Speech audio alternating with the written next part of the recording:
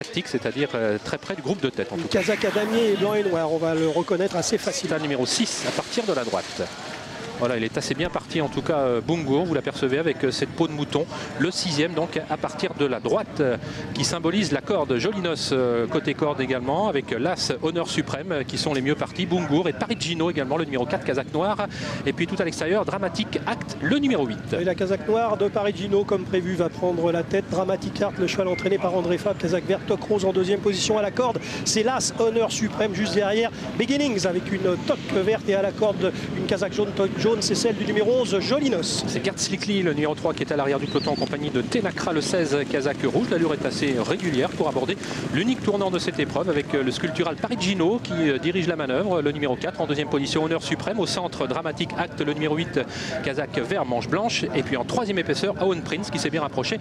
Le numéro 2, Jolinos étant tout près, aux côtés de Beginnings et du favori Bungur, le numéro 12. Et Bungur, Kazakh à damier avec des manches bleues qui profitent de l'aspiration du 2, Owen Prince, qui voyage à l'extérieur, mais Bungur a profité de cette aspiration pour ne pas faire trop d'efforts. Il a un bon parcours, Bungur, à environ 450 mètres de l'arrivée, puisque sans faire d'efforts apparent, vous l'avez dit Pierre, eh bien, il est ramené vers l'avant du peloton par son partenaire Thomas Huet, mais c'est toujours Parigino qui a l'avantage. Honneur Suprême qui vient maintenant à sa hauteur. On rentre dans le rang avec Dramatic Act. Bungur se défend bien, mais semble peut-être un petit peu juste pour la victoire, au contraire de Jolinos, Kazakh jaune, qui est lancé maintenant par son partenaire Thierry Tulliez, et puis également Saji qui regagne du terrain au centre de la piste, et c'est maintenant Honneur Suprême qui a l'avantage, mais on finit fort avec le numéro 6, Ail Holy Queen qui va prendre l'avantage et qui va s'imposer. Ail Holy Queen qui va résister au numéro 9, Storming Honor qui a fini fort. Jolinos sera troisième devant Parigino et Honneur Suprême. Et bien Ail Holy Queen qui s'est faite extrêmement discrète puisqu'on ne l'a vu qu'à environ 150 mètres du poteau où elle a porté son attaque décisive, Pierre. Et remarquablement monté par le jeune Théo Blachot qui s'est fait totalement oublier jusqu'à 200 mètres du poteau.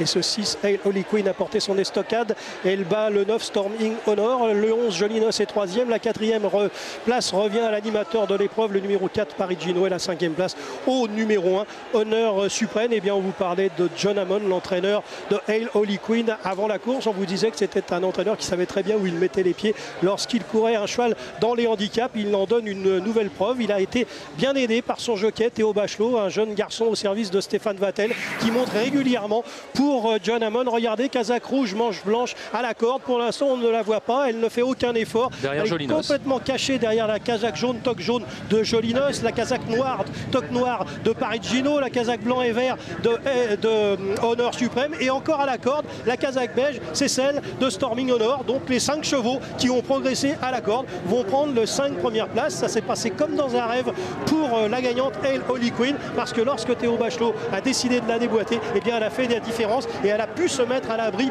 de la très bonne fin de course du 9 Storming Honor qui a pu lancer son sprint un peu tardivement à mon coup. Un Théo Bachelot qui a 18 ans remporte sa première course événement 6, 9, 11, 4 et As pour l'arrivée provisoire, Valérie, de ce prix Libérez-les.net. Olivier Pierre, merci.